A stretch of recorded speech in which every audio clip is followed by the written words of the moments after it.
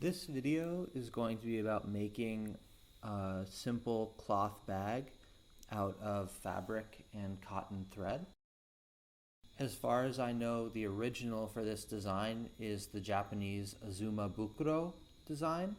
I think of it as a 3-square bag because I find it the easiest to construct this pattern from 3 squares of cloth as opposed to any of the other pattern designs that also work for this type of bag. This design revolves around the central square.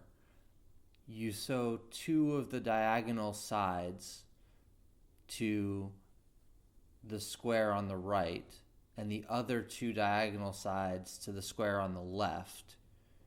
And if you get it right, it makes a bag in the end. I like using squares because you can often find napkins that are square or a little bit rectangular that will work for this, so which makes it easier because then you don't have to do any edge finishing on those. These are just pieces that I cut out of a larger piece of scrap that I had, and so I'm just organizing them.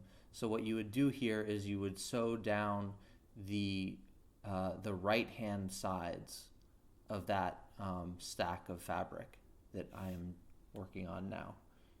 And so I'm starting to sew down that right hand, those 2 right hand sides, and I'm just going to go up and out to the corner and then all the way up to the point on the top. And then after I get to the top, I'm going to lay out the next square that needs to be sewn onto the base square and sew it down. Here I'm just about to turn the piece to get a better angle.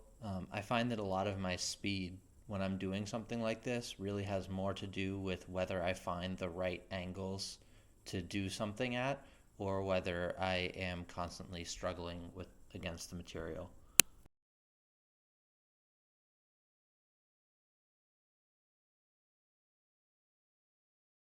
So you'll see that when I get to the end of this row, I start repositioning.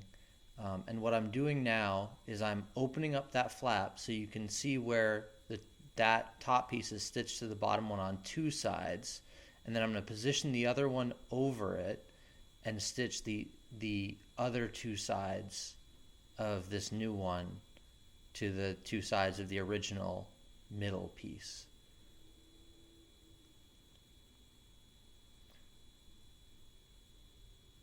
So you just tack it down at one end right when you're going to start. I sometimes find it helpful to tack down all of the corners. Just go in with the needle and thread and do a small knot that secures the correct pieces to each other at the corners.